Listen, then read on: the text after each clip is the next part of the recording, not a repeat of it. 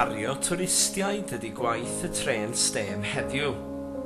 Pobl lle bu meini a harbwr a fu unwaith yn cludo un o allforion pwysica Cymru i weddill y byd, bellach yn gartref i gychod plesar.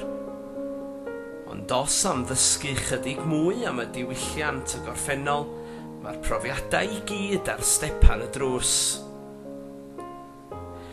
Gyda amgueddfeydd yn llawn o greiriau diddorol yr amser a fu, denir llawer yma i ddysgu mwy am y diwylliannau a chwaraeodd rôl mor bwysig yn atblygiad Cymru.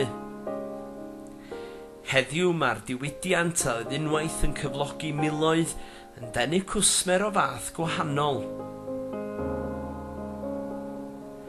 Felly be am fentro dan y ddaear?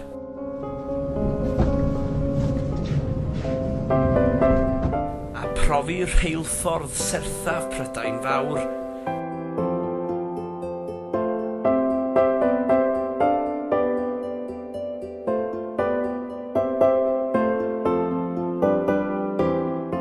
Y cledra unwaith eto yn dod â'r presennol a'r gorffennol ynghyd.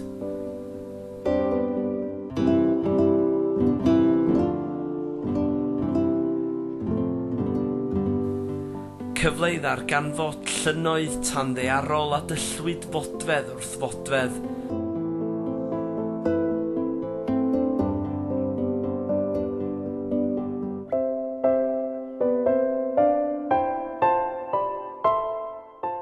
Cyfle i gymeryd amser i feddwl a cofio yr hyn a fu.